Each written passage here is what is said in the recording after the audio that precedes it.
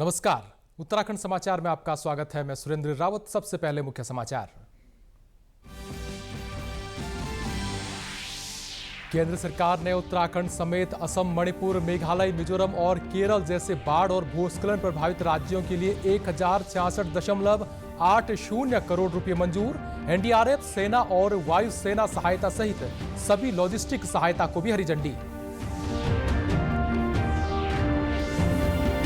प्रदेश में भारी बारिश से जनजीवन प्रभावित। यमुनोत्री राजमार्ग यातायात के लिए सुचारू। 3 जिलों में भारी बारिश को लेकर येलो अलर्ट।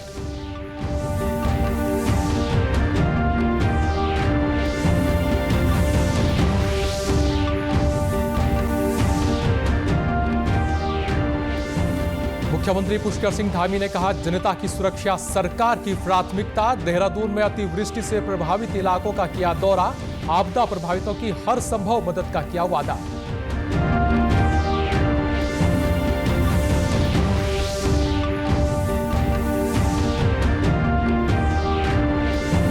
कांवड़ मेला कल से शुरू। कांवड़ियों की सुरक्षा को लेकर काशीपुर में उत्तर प्रदेश के पुलिस अधिकारियों के साथ बैठक। अराजक तत्वों से सख्ती से निपटेगी पुलिस।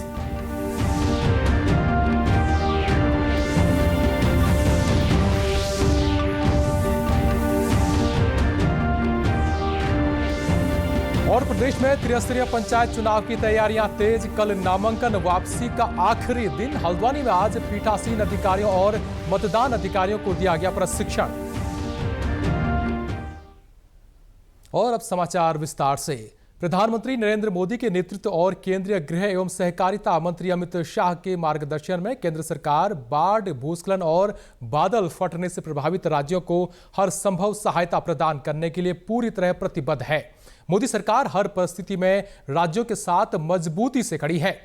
इसी कड़ी में केंद्र सरकार ने असम, मणिपुर, मेघालय, मिजोरम, केरल और उत्तराखंड जैसे बाढ़ और भूस्खलन प्रभावित राज्यों के लिए 1066.80 करोड़ रुपए की राशि जारी करने की मंजूरी दी है। 6 बाढ़ प्रभावित राज्यों में से असम को 375.60 करोड़ रुपए, मणिपुर को 29.20 करोड़, मेघालय को 30.40 करोड़, मिजोरम को 22.80 करोड़, केरल को 153.20 करोड़ रुपए और उत्तराखंड को 455.60 करोड़ रुपए राज्य आपदा मोचन निधि से केंद्रीय हिस्से के रूप में दिए गए हैं। इस वर्ष दक्षिण पश्चिम मानसून के दौरान अत्यधिक भारी बारिश, बाढ़ और भूस्खलन के कारण ये राज्य प्रभावित हुए हैं। केंद्र सरकार ने सभी बाढ़, भूस्खलन, बादल फटने से प्रभावित राज्यों को आवश्यक एनडीआरएफ टीमों, सेना की टीमों और वायुसेना सहायता सहित सभी लॉजिस्टिक सहायता प्रदान की है।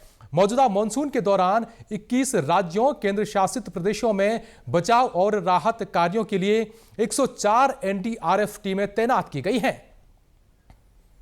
प्रदेश भर में भारी बारिश और भूस्खलन के चलते जनजीवन प्रभावित हुआ है। प्रदेश के पर्वतीय जिलों में कहीं कहीं भारी बारिश और कहीं रुक रुक कर बारिश हो रही है। प्रदेश की 82 सड़कें अब भी बाधित हैं। वहीं यमुनोत्री राष्ट्रीय राजमार्ग ओजरी के पास बेली ब्रिज के निर्माण का काम पूरा कर लिया गया है। यह ब्रिज अब वाहनों के यातायात के लिए खोल दिया गया है, जिससे यमुनोत्री यात्रा सुचारू हो गई है। वहीं मौसम विभाग ने आज देहरादून के साथ ही अन्य 3 जिलों में भारी बारिश का अलर्ट जारी किया है। मौसम विज्ञान केंद्र ने देहरादून, बागेश्वर, हरिद्वार और नैनीताल जिले में कहीं कहीं तेज दौर की बारिश का येलो अलर्ट जारी किया है। अन्य जिलों में हल्की बारिश हो सकती है। आगामी 14 जुलाई तक प्रदेश भर में तेज दौर की बारिश होने की संभावना है। मौसम निदेशक विक्रम सिंह ने कहा कि कल भी प्रदेश में हल्की बारिश देखने को मिलेगी। आज भी जो बारिश के लिए हमने देहरादून और बागेश्वर डिस्ट्रिक्ट में खासकर इसमें हैवी से वेरी हैवी रखी है। और इसके साथ जो हैवी रेन है उसमें हरिद्वार है, नैनीताल है और ऐसे ही पिथौरागढ़ और रुद्रप्रयाग इनको रखा गया है। तो हल्की से मध्यम बारिश तो आज भी ज़्यादातर जगहों में, अनेक जगहों में वो मिलेगी। लेकिन हाँ, हैवी वेरी हैवी इसमें ये 2 डिस्ट्रिक्ट रखे गए हैं जो मैंने बोले हैं, उसमें ऑरेंज हमने रखा है। और बाकी जो डिस्ट्रिक्ट है येलो तो उनमें भी रखा कि इंटेंस स्पेल है, चाहे हैवी रेन है, एका दुका वो भी रहेगी। कल थोड़ी एक्टिविटी कम है। कल आप ये कह सकते हैं अनेक जगहों में बारिश तो है, उसके साथ जो हल्की से मध्यम है बारिश की एक्टिविटी अनेक जगहों में रहेगी। लेकिन हैवी रेन थोड़ा जो 2 डिस्ट्रिक्ट में संभावना लग रही है उसमें बागेश्वर और पिथौरागढ़ को रखा गया। वहीं कुमाऊं मंडल में रुक रुक कर हो रही बारिश के चलते जनजीवन प्रभावित है। हल्द्वानी और नैनीताल जिले के पहाड़ी क्षेत्र में हुई बारिश के बाद नदी नाले उफान पर आ गए। हल्द्वानी में जगह जगह जल भराव की स्थिति हो गई है। हल्द्वानी चोर गलिया मार्ग पर शेर नाला के उफान पर आ जाने से कई वाहन फंस गए। नैनीताल जनपद के उप जिलाधिकारी विवेक राय ने बताया कि जनपद में सभी आपदा की दृष्टि से संवेदनशील इलाकों में प्रशासन को अलर्ट मोड पर रखा गया है। बारिश लगातार हो रही है, वो कभी थोड़ी धीमी हो रही, कभी तेज हो जा रही है। पूरे जिले में आपदा की टीम अलर्ट है, हमारे एसडीएम से अलर्ट हैं, जो तहसीलों में बाढ़ नियंत्रण कक्ष हैं उनको भी अलर्ट मोड पे रखा गया है। पुलिस, एनडीआरएफ, एसडीआरएफ सभी टीमें जो है अलर्ट मोड में हैं। हमारा आग्रह है हमारी जनता से कि कदापि जो है इस बारिश के समय में जोखिम ना लें, नदी नालों के आसपास ना जाएं, किसी ऐसे रपटे के पास न जाएं। अगर रपटा चल रहा है, बहुत ज़्यादा पानी ऊपर से आ रहा है, तो उसको पार करने की कोशिश न करें। वहीं चमोली जिले में कर्णप्रयाग पोखरी मोटर मार्ग पिछले एक सप्ताह से क्षतिग्रस्त है। लोक निर्माण विभाग ने इस मार्ग को हल्के वाहनों के लिए शुरू कर दिया है, लेकिन इस मार्ग पर भारी वाहनों की आवाजाही अब भी बाधित है। लोक निर्माण विभाग पोखरी के अधिशासी अभियंता राम कुमार का कहना है कि इस मार्ग को भारी वाहनों के लिए खोलने में 1 सप्ताह का समय लगेगा। ये कर्णप्रयाग पोखरी मोटर मार्ग जो अभी 1 सप्ताह पहले जो है बीनगढ़ के पास क्षतिग्रस्त हुआ था, तो इसका आंकलन हमने जो है 12 लाख का एसडीआरएफ मद के अंतर्गत गठित कर लिया है, क्योंकि जिस स्थान पर मार्ग क्षतिग्रस्त हुआ था वहां पर गैबियंस का कार्य कराकर 4 मीटर की चौड़ाई भी प्राप्त की गई है। वर्तमान में ये जो है हल्के और छोटे वाहनों हेतु खोला गया है। मुख्यमंत्री पुष्कर सिंह धामी ने आज देहरादून में रायपुर क्षेत्र में अतिवृष्टि से प्रभावित क्षेत्रों का स्थलीय निरीक्षण किया। मुख्यमंत्री ने किरसाली चौक, आईटी पार्क, ननूरखेड़ा, आमवाला, तपोवन, शांति विहार में स्थानीय लोगों से मुलाकात कर उनकी समस्याओं को सुना। इस मौके पर उन्होंने कहा कि जनता की सुरक्षा राज्य सरकार की सर्वोच्च प्राथमिकता है। मुख्यमंत्री ने निरीक्षण के दौरान जिला प्रशासन को प्रभावित लोगों को हर संभव मदद पहुंचाने के निर्देश दिए। मुख्यमंत्री ने नियमित रूप से नालियों की सफाई करने और जल भराव वाले क्षेत्रों में ड्रेनेज की समुचित व्यवस्था किए जाने के निर्देश देते हुए कहा कि संवेदनशील क्षेत्रों में विशेष सावधानी बरतते हुए चेतावनी बोर्ड भी लगाए जाएं। मुख्यमंत्री ने स्थानीय पुलिस बलों सभी विभागों को भी अलर्ट मोड पर रहने के निर्देश देते हुए कहा कि किसी भी आकस्मिकता की स्थिति में त्वरित कार्रवाई सुनिश्चित की जाए। साथ ही रिस्पॉन्स समय को कम से कम रखते हुए प्रभावित लोगों की जान माल की सुरक्षा के लिए हर संभव प्रयास करें। कांवड़ मेले की तैयारी को लेकर आज काशीपुर में अंतर्राज्यीय समन्वय बैठक का आयोजन किया गया। इस बैठक में उत्तर प्रदेश के अधिकारियों ने भी भाग लिया। इस मौके पर कुमाऊं के मंडलायुक्त दीपक रावत ने कहा, समन्वय बैठक का उद्देश्य कांवड़ियों के लिए सुव्यवस्थित, सुगम, शांतिपूर्ण माहौल प्रदान करना है। उन्होंने कहा, कांवड़ यात्रा 11 जुलाई से 9 अगस्त तक प्रस्तावित है। कांवड़ यात्रा के दौरान हुड़दंगियों, उपद्रवियों, आपराधिक तत्वों पर पैनी नजर रखी जाए। दोनों प्रदेशों के अधिकारी फोन नंबर व ट्रैफिक डाइवर्जन प्लान आपस में साझा कर लें और संवेदनशील, संयमित होकर करें। विरोधाभासी पोस्टर, बैनरों, गतिविधियों पर पैनी नजर रखी जाए। कांवड़ यात्रा के दौरान दोनों प्रदेशों के क्यूआरटी टीमें भी तैनात रहें। उन्होंने अपील करते हुए कहा कि सोशल मीडिया पर संवेदनशील व भड़काऊ पोस्ट न करें ताकि धार्मिक सौहार्द बना रहे। स्टेट बैठक का आज यहाँ पे आयोजन किया गया, जिसमें उधम सिंह नगर के सभी अधिकारीगण और जो नेबरिंग डिस्ट्रिक्ट्स हमारी जिनसे हम बॉर्डर शेयर करते हैं उत्तर प्रदेश में, इसमें बिजनौर और मुरादाबाद, रामपुर, बरेली और पीलीभीत, आप सबके ऑफिसर्स यहाँ पे आए थे और कैसे बेहतर व्यवस्था बनानी है, कैसे बेहतर एक कांवड़ मेला हम कर सकते हैं जिसमें कि सुविधाओं का ध्यान भी रखा जाए, ट्रैफिक किस तरह से आराम से चले उसका ध्यान रखा जाए, किसी प्रकार की कोई लॉ एंड ऑर्डर की घटना ना हो, इन सभी विषयों पर चर्चा हुई। वहीं उप महानिरीक्षक मुरादाबाद मंडल मुनिराज ने कहा कि सभी पुलिस अधिकारी रियल टाइम सूचनाएं साझा करें और यात्रा डायवर्जन प्लान आपस में साझा करते हुए ट्रैफिक सुव्यवस्थित संचालित करें। उन्होंने कहा कि उत्तर प्रदेश की 5 जिलों की सीमाएं जनपद उधम सिंह नगर से मिलती हैं, इसलिए दोनों राज्यों की पुलिस बॉर्डर पर एक साथ ड्यूटी करें ताकि आपस में संवाद बना रहे। वहीं उत्तरकाशी की पुलिस अधीक्षक सरिता डोभाल ने बताया कि लगातार बारिश के चलते कई जगह भूस्खलन भी हो रहा है और मार्ग बाधित हैं। उन्होंने कहा कि चिन्हित संवेदनशील स्थानों पर पुलिस बल तैनात किया गया है।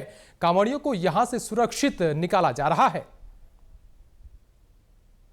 ये इस समय गंगोत्री आ रहे हैं जल लेने के लिए और क्योंकि मौसम इस समय बारिश का है और कई बार रास्ते में जो है भूस्खलन भी हो रहा है, लैंडस्लाइड की सूचना मिल रही है, तो हमारे त्वरित कार्रवाई करते हुए जो है उसको खुलवाया जा रहा है मार्ग को। इसके अतिरिक्त हम लोगों ने ऐसे जो चिन्हित जगह हैं उन पर डिप्लॉयमेंट किया हुआ है और जो कांवड़िए हैं उनकी सुरक्षित यात्रा करवाई जा रही है। जिला नैनीताल में त्रिस्तरीय चुनाव को निष्पक्ष, शांतिपूर्ण एवं पारदर्शी ढंग से संपन्न कराने के लिए आज हल्द्वानी में पीठासीन अधिकारियों और मतदान अधिकारियों को प्रशिक्षण दिया गया। वहीं नैनीताल जनपद में जिला पंचायत की 27 सीटें हैं, जिसमें 141 लोगों ने नामांकन किया था, जिसमें एक नामांकन रिजेक्ट हुआ और आज कुल 140 उम्मीदवारों में से 6 उम्मीदवार के नाम वापस लिया है। अभी नामांकन वापसी का कल दिन और शेष बाकी है। वहीं नैनीताल जनपद के अपर जिलाधिकारी विवेक राय ने बताया कि मतदान प्रक्रिया गतिमान है और जिला पंचायत सीटों में 6 नाम वापसी हुए हैं। प्रक्रिया गतिमान है, आज नाम वापसी हो रही है। तो जैसा कि आरू साहब ने बताया कि 6 लोग जो है अब तक नाम वापसी के लिए अपना आवेदन कर चुके हैं। अभी कल तक का भी समय है, कल जाकर के फाइनल लिस्ट आएगी कि कितने लोग जो है चुनाव लड़ेंगे और कितने लोग नाम वापस कर लेंगे। सब कुछ बड़ा ही शांतिपूर्ण अच्छी तरीके से हो रहा है। और बुलेटिन में यहां रुकेंगे एक छोटे से ब्रेक के लिए, आप बने रहिए हमारे साथ।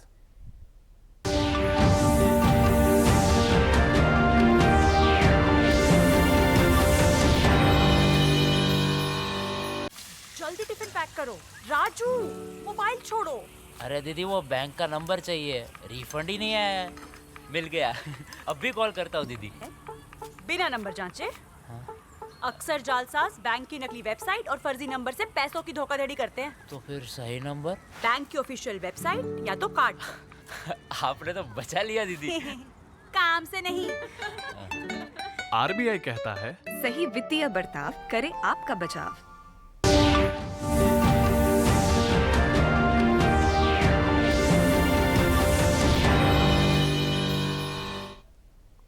ब्रेक के बाद एक बार फिर आपका स्वागत है। बढ़ते हैं अगली खबर की ओर।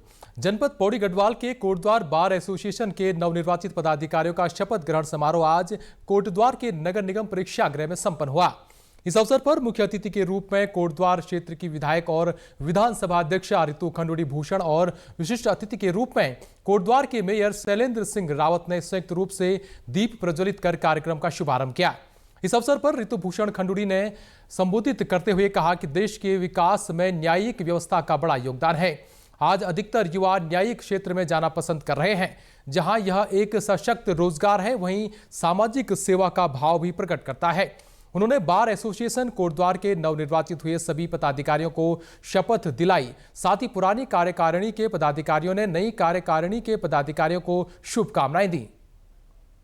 जैसे देखा, आज हमारा जो कोटद्वार का बार एसोसिएशन है उसका शपथ ग्रहण समारोह था और मैं पूरे ही टीम को, जोशी जी की पूरी टीम को बहुत सारी शुभकामनाएं और बधाई देती हूं। और मुझे पूरा विश्वास है कि उनकी जो टीम है वो जहां अपने वकीलों की चिंता करेगी, साथ ही साथ जनता का भी चिंता करते हुए एक अच्छा उनका कार्यकाल बीतेगा, ऐसी मेरी आशा भी है और मैं उन्हें खूब सारी शुभकामनाएं बधाई देती हूँ।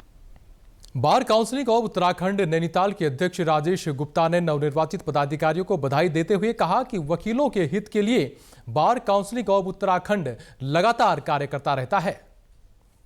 सबसे पहले शुभकामना देता हूँ नए इस कार्यकारिणी को कि अच्छा काम करेगी, अच्छे जितना भी अधिवक्ताओं के हित के लिए हुआ कार्य करेगी और इनके साथ हम कंधे से कंधा मिला के हम लोग भी साथ हैं। और मेरे लिए कहीं भी इनको जरूरत पड़ेगी तो मेरी पूरी बार काउंसिल तैयार है इनके साथ। और जो आज इन्होंने एक समस्या रखी वास्तव में अधिवक्ताओं के चैम्बर्स की, उसकी पूरी करने की मैं भी कोशिश करूँगा। मैं मुख्यमंत्री महोदय से बातचीत करूँगा इस मामले में। इस अवसर पर नवनिर्वाचित अध्यक्ष नागेंद्र जोशी ने खुशी जताते हुए कहा कि अब उन्हें वकीलों के हितों के लिए काम करने का अवसर मिला है, जिसे वे पूर्ण ईमानदारी से करेंगे। अधिवक्ताओं के हित से जुड़ी कई समस्याएं हैं, उनके निराकरण के लिए हमें प्रयास करना है। सर्वप्रथम चैम्बर का है और तहसील परिसर में एक शौचालय जिसकी बड़े लंबे समय से मांग चली आ रही है, उस पर जोर डाल के शासन से उसको स्वीकृत करा के उस पर कार्य करवाना है। हमारे कोर्ट में हमारे पास लाइब्रेरी का बहुत अभाव है, तो उसके लिए हमने माननीय विधानसभा अध्यक्ष जी से आग्रह किया है कि हमारे लिए एक अच्छी सी एक लाइब्रेरी, ई लाइब्रेरी, उसमें पूरी व्यवस्था बना के हमें दे दी जाए, जिससे कि वादकारियों का हम पैरवी करने में हमें सुविधा मिल सके। केंद्र सरकार की महत्वाकांक्षी आयुष्मान भारत योजना के तहत पूरे देश में लोगों को 5 लाख रुपए तक मुफ्त इलाज की सुविधा मिल रही है। जनपद उधम सिंह नगर में इस योजना के तहत जनवरी 2024 से जून 2025 तक 81,995 लोगों ने इस योजना का लाभ लिया है। मुख्य चिकित्सा अधिकारी डॉक्टर के अग्रवाल ने बताया, आयुष्मान योजना के तहत जनपद में लोगों को मुफ्त इलाज की सुविधा मिल रही है। एक बहुत अच्छा बेनिफिट है, सबको ट्रीटमेंट आयुष्मान के तहत मिल रहा है। और अभी गवर्नमेंट, उत्तराखंड गवर्नमेंट के द्वारा जो राशन कार्ड हैं उनका वेरिफिकेशन किया जा रहा है। कई राशन कार्डों को निरस्त किया गया है। उनकी संख्या हमें, उनका डिटेल जैसे ही मिलेगा हम लेटर लिख रहे हैं, वो हम प्राधिकरण को भेज देंगे। जवाहरलाल नेहरू जिला चिकित्सालय के प्रमुख अधीक्षक डॉक्टर राजेश कुमार सिन्हा ने बताया कि आयुष्मान योजना से प्रतिदिन लोगों का इलाज चल रहा है। उन्होंने बताया कि 70 साल से ऊपर के लोगों का भी आयुष्मान कार्ड बन रहा है। देखिए, अभी आयुष्मान योजना का लाभ इससे ओपीडी इंडोर दोनों में मिल रहा है। और इसमें जो भर्ती हैं मरीज, करीबन आज अगर 90 मरीज भर्ती हैं तो समझिए उसमें से करीबन 50-55 जो है आयुष्मान योजना के हैं। बाकी और ग्रामीण स्वास्थ्य मिशन के हैं, बाकी महिला विभाग के हैं। और इसके अलावा जो है न्यूबॉर्न यूनिट है, ये सब है। गुलर भोज निवासी लाभार्थी नंदा बल्लभ सुयाल ने बताया कि उन्हें पथरी की परेशानी है, आयुष्मान कार्ड से उनका इलाज हो रहा है। ये अपने इधर स्तर में आए थे बनाने वाले लोग, वो उस समय 30 रुपये लिया था उनने मुझसे आयुष्मान कार्ड बनाने का, वहाँ बनाया था। अभी तो उसमें मुझे पता चला कि इसमें फ्री इलाज हो रहा है, तो फ्री इलाज में इसमें मैं यहाँ आयुष्मान कार्ड जमा किया, तो उसके बाद भर्ती हो गया। तो भर्ती होने के बाद अब मैं आयुष्मान कार्ड से दवाई पानी ट्रीटमेंट चल रहा है मेरा। वहीं दिनेशपुर निवासी लाभार्थी निखिल ने बताया कि योजना के तहत उनका जिला चिकित्सालय में निःशुल्क इलाज चल रहा है। पता था क्या करे, इतना पैसे कहाँ से ले आए, भर्ती कैसे करे, यही टेंशन में पड़ते थे। और लोगों को वार्षिक लेते थे 5 रुपये 4 रुपये सैकड़ा से लेते थे, और वो टेंशन पड़ते थे पैसे कहाँ से दूंगा।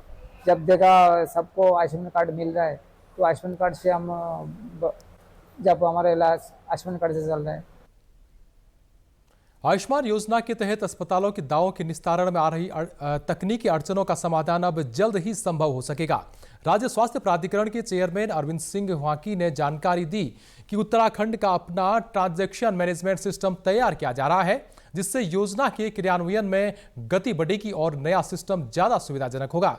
योजना के तहत सूचीबद्ध अस्पतालों के साथ आयोजित समन्वय बैठक में वाकी ने कहा कि मौजूदा समय में उपयोग हो रहे नेशनल हेल्थ अथॉरिटी के टीएमएस में बार बार तकनीकी समस्याएं उत्पन्न हो रही हैं, जिससे अस्पतालों को दावों के भुगतान में कठिनाइयों का सामना करना पड़ रहा है। ऐसे में स्थानीय आवश्यकताओं के अनुरूप एक अलग टीएमएस विकसित किया जा रहा है। चेयरमैन ने बताया कि नए सिस्टम में रिव्यू प्रक्रिया सरल, ऑनलाइन ट्रैकिंग, पारदर्शी और दावों का निस्तारण समयबद्ध होगा। इसके लागू होने से अस्पतालों को बार बार प्राधिकरण कार्यालयों के चक्कर नहीं काटने पड़ेंगे। हम कुछ ऐसे राज्य हैं देश में जिन्होंने इस तरह के केसेस, उनको ट्रांजैक्शन कैसे हो, उनका प्रोसेसिंग कैसे हो, उसके लिए उन्होंने अपना ट्रांजैक्शन मैनेजमेंट सिस्टम अपना डेवलप किया है और उसको फिर भारत सरकार के एनएचए के पोर्टल के साथ उनके TMS transaction management system integrate किया है। तो हम भी अपना एक ट्रांजैक्शन मैनेजमेंट सिस्टम स्टेट का अलग से बना रहे हैं, यही हमने उनसे कहा है और लगभग हम लोग बना चुके हैं। और अल्टीमेटली आगे चल के हम उसको इंटीग्रेट करेंगे NHA के पोर्टल के साथ। तो हमारा TMS सिस्टम होने से ये फायदा होगा कि हमारी स्पेसिफिक रिक्वायरमेंट स्टेट की है उसी को एड्रेस करता हुआ हमारा सिस्टम होगा। अगर डे टू डे बेसिस में कोई चीज कमी आती है, कोई सुधार की, कोई चेंज की आवश्यकता पड़ती है तो हमारे कंट्रोल में होगा, हम लोग तत्काल उसका सुधार कर पाएंगे। प्रदेश में मानसून सीजन शुरू होने के साथ ही मच्छर जनित रोगों का भी खतरा बढ़ जाता है। ऐसे में स्वास्थ्य विभाग भी सतर्क बना हुआ है। राजधानी देहरादून में अगर डेंगू की बात की जाए तो यहां अब तक 168 मामले सामने आए हैं, जिनमें से केवल 15 ही मामले एक्टिव हैं, अन्य सभी रिकवर हो चुके हैं। मुख्य चिकित्सा अधिकारी देहरादून ने जानकारी देते हुए कहा कि उनकी टीमें लगातार घरों में जाकर सर्वे कर रही है और अगर कहीं भी लार्वा पाया जाता है तो उसको मौके पर ही नष्ट करने का कार्य भी किया जा रहा है। अगर हम की बात करें तो आपका कहना सही है कि जैसे बरसात का जो मौसम है तो बरसात में वाटर लॉगिंग होती है, जगह जगह पानी इकट्ठा हो जाता है और अगर 3-4 दिन तक वो पानी इकट्ठा रहता है तो उसमें जो डेंगू के जो मच्छर हैं उसका पनपने का जो है वो शंका रहती है। तो इसी के तहत जो है हमारे जो डेंगू वॉलंटियर्स हैं वो जगह जगह जा रहे हैं, जो कि 100 डेंगू वॉलंटियर्स हमने यहाँ पे रखे हैं अपने देहरादून अर्बन एरिया में और ऋषिकेश में 40 हमारे डेंगू वॉलंटियर्स जो लगातार काम कर रहे हैं। हमारी आशाएं जो हैं वो लगातार घर जाके हाउस सर्वे कर रही हैं और साथ में जो है जो लार्वा कहीं पे अगर उनको दिखाई पड़ता है किसी ऐसे पोर्ट में जहाँ पानी जमा है और उसमें लार्वा है तो उसको खाली भी करते हैं, पोर्ट को लार्वा को डिस्ट्रॉय भी करते हैं और उसके बाद नगर निगम में नगर पालिका की मदद से जो है वहाँ पे लार्विसाइडल दवाई का स्प्रे करना, फॉगिंग करना, ये कार्य भी किया जाता है। वहीं कोविड के मामलों को लेकर मुख्य चिकित्सा अधिकारी मनोज कुमार शर्मा ने कहा, प्रदेश में कोविड के 94 केस सामने आए हैं, जिनमें 79 लोग देहरादून के हैं, जबकि बाकी मामले अन्य जिलों से हैं।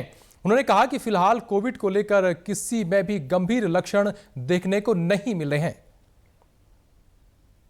देखिए, अगर कोविड की अगर हम बात करते हैं तो जैसे क्योंकि अभी टेस्टिंग हमने बढ़ाई थी, लेकिन अभी भी टेस्टिंग उतने स्तर पे नहीं हम कर रहे हैं। जो सस्पेक्टेड जो केसेस होते हैं, जो उसके कांटेक्ट होते हैं, उन्हीं को हम अभी टेस्ट कर रहे हैं। तो अभी तक 94 केसेस जो हैं वो कोविड के टोटल आए हैं, जिसमें से 79 केसेस वो हमारे देहरादून के हैं और बाकी जो केसेस हैं वो अन्य वो जगह से हैं। तो ऐसा कोई भी मरीज अभी गंभीर जिसका लक्षण हो ऐसा देखने को कोविड में नहीं मिला है। उधम सिंह नगर के काशीपुर में आज सुबह करीब 10:30 बजे एक फैक्ट्री में हाइड्रोजन गैस सिलेंडर फटने से एक श्रमिक की मौत हो गई, जबकि 10 श्रमिक इस हादसे में घायल हो गए हैं। घायल श्रमिकों को नगर के आयुष्मान चिकित्सालय में उपचार के लिए लाया गया, जिनका उपचार जारी है।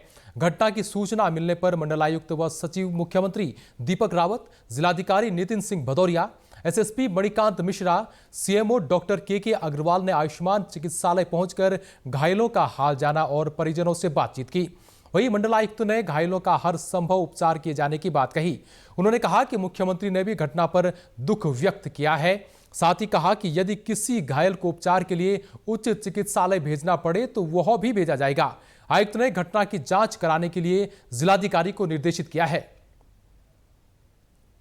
जो सूचना अब हुई है वो ये है कि हाइड्रोजन के वहाँ पे सिलेंडर्स थे, जिसमें से एक पर्टिकुलर सिलेंडर में ब्लास्ट हुआ और उस ब्लास्ट की वजह से एक तो डेथ हो चुकी है और 10 लोग इंजर्ड हुए हैं, जिनका वर्तमान में अस्पताल में इलाज चल रहा है, जिसमें हमारे CMO भी हैं, बाकी डॉक्टर्स की टीम भी, प्रशासन यहाँ पे है जो उनकी देखरेख कर रहा है। और ये भी CM साहब की ओर से निर्देश है, किसी को अगर आवश्यकता हो इवैक्यूएट करने की वो भी हम करेंगे, हायर सेंटर कहीं भिजवाना हो। लेकिन फिलहाल क्योंकि उनको हम स्टेबलाइज करना चाहते हैं तो यहाँ पे जो इलाज मिल रहा है वो ठीक है। चंपावत जिले के लोहाघाट स्थित देवी घाट में 5 दिवसीय रजत जयंती देवी महोत्सव का समापन हो गया है। महोत्सव में विभिन्न धार्मिक अनुष्ठानों के साथ ही शैक्षिक, खेलकूद और वृक्षारोपण कार्यक्रमों का आयोजन किया गया, जिसमें स्थानीय लोगों के साथ ही स्कूली बच्चों, पुलिस, ITBP के जवानों ने प्रतिभाग किया। महोत्सव कमेटी के अध्यक्ष जीवन सिंह मेहता ने बताया कि इस मेले का उद्देश्य विभिन्न शैक्षिक, सांस्कृतिक और खेल प्रतियोगिता के माध्यम स्थानीय कलाकारों, खिलाड़ियों को मंच प्रदान करना और अपनी संस्कृति व परंपराओं को आगे बढ़ाना है। हमारा मुख्य उद्देश्य था कि मेले का मतलब है मेल मिलाप, भाईचारा, उसको हमने इसमें आगे बढ़ाने की कोशिश की और हमने अपनी लोक संस्कृति के संवर्धन और संरक्षण के लिए देवधार मंदिर विकास समिति का ये उद्देश्य था कि अपनी तमाम सारी टीमों को यहाँ पर बुलाकर अपने उत्तराखंड की संस्कृति का प्रचार प्रसार करें और साथ साथ विभिन्न विद्यालयों के छात्र छात्राओं को बुलाकर यहाँ पर शैक्षिक मेले का भी इसको रूप दिया गया। जिन बच्चों को कहीं पर अगर मंच नहीं मिलता, विभिन्न प्रतियोगिताओं में प्रतिभाग करने का अवसर नहीं मिलता है, उन सबको देवधार में विभिन्न शैक्षिक, चाहे फुटबॉल हो, यहाँ का प्रसिद्ध है 5-a-side फुटबॉल और वॉलीबॉल और विभिन्न सांस्कृतिक कार्यक्रम, और बच्चों के लिए शैक्षिक मेले के रूप में सामान्य ज्ञान, ड्राइंग प्रतियोगिता, कवि सम्मेलन जैसे बहुत ही महत्वपूर्ण प्रतियोगिता यहाँ पर करवाई जाती हैं। वहीं महोत्सव समिति के संयोजक प्रकाश चंद्र राय ने बताया कि यह मंदिर आस्था व श्रद्धा का केंद्र है। प्राचीन काल से यह मेला चला आ रहा है, इसकी अनादिकाल से चला आ रहा है। इसका कोई रेसली कलीगांव जो है यहाँ पर प्रतिवर्ष उनके सम्मान में डोले के रूप में यहाँ पर आते हैं और उनके सम्मान में शीश नवाते हैं। तब से यह परंपरा हमारी चली आ रही है कि प्रतिवर्ष आषाढ़ की पूर्णिमा में हमारे यहाँ रेसली कलीगांव चौड़ी से रथ जो है यहाँ आते हैं। बड़ा तब से लोगों की आस्था और श्रद्धा का केंद्र यह बना। भगवान केदारनाथ के शीतकालीन गद्दी स्थल ओंकारेश्वर मंदिर में दर्शनों के लिए तीर्थ यात्रियों का आंकड़ा 32,000 के पार पहुंच गया है। केदार घाटी में मानसून की दस्तक होने के बाद भी प्रतिदिन ओंकारेश्वर मंदिर में बड़ी संख्या में तीर्थ यात्री पूजा अर्चना कर मनोकामना मांग रहे हैं।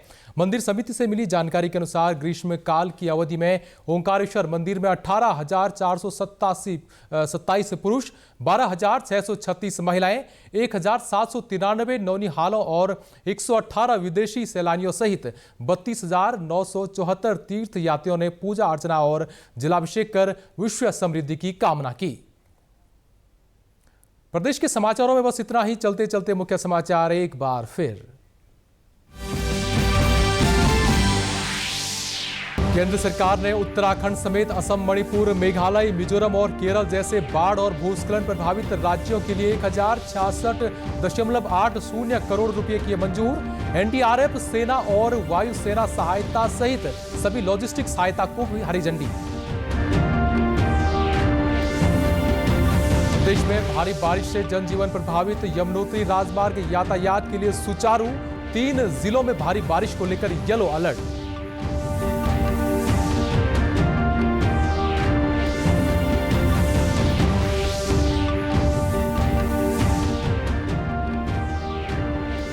मुख्यमंत्री पुष्कर सिंह धामी ने कहा, जनता की सुरक्षा सरकार की प्राथमिकता। देहरादून में अतिवृष्टि से प्रभावित इलाकों का किया दौरा, आपदा प्रभावितों की हर संभव मदद का किया वायदा।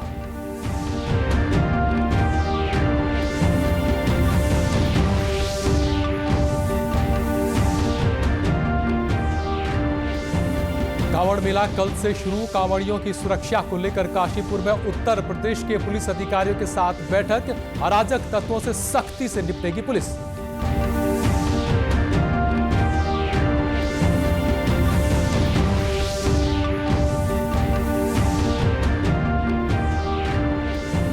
और प्रदेश में त्रिस्तरीय पंचायत चुनाव की तैयारियां तेज। कल नामांकन वापसी का आखिरी दिन। हल्द्वानी में आज पीठासीन अधिकारियों और मतदान अधिकारियों को दिया गया प्रशिक्षण। प्रदेश से जुड़ी अपडेट्स के लिए आप हमसे सोशल मीडिया के माध्यम से भी जुड़ सकते हैं। हमारा एक्स हैंडल है DD News_देहरादून। हमारा फेसबुक पेज है DD News उत्तराखंड।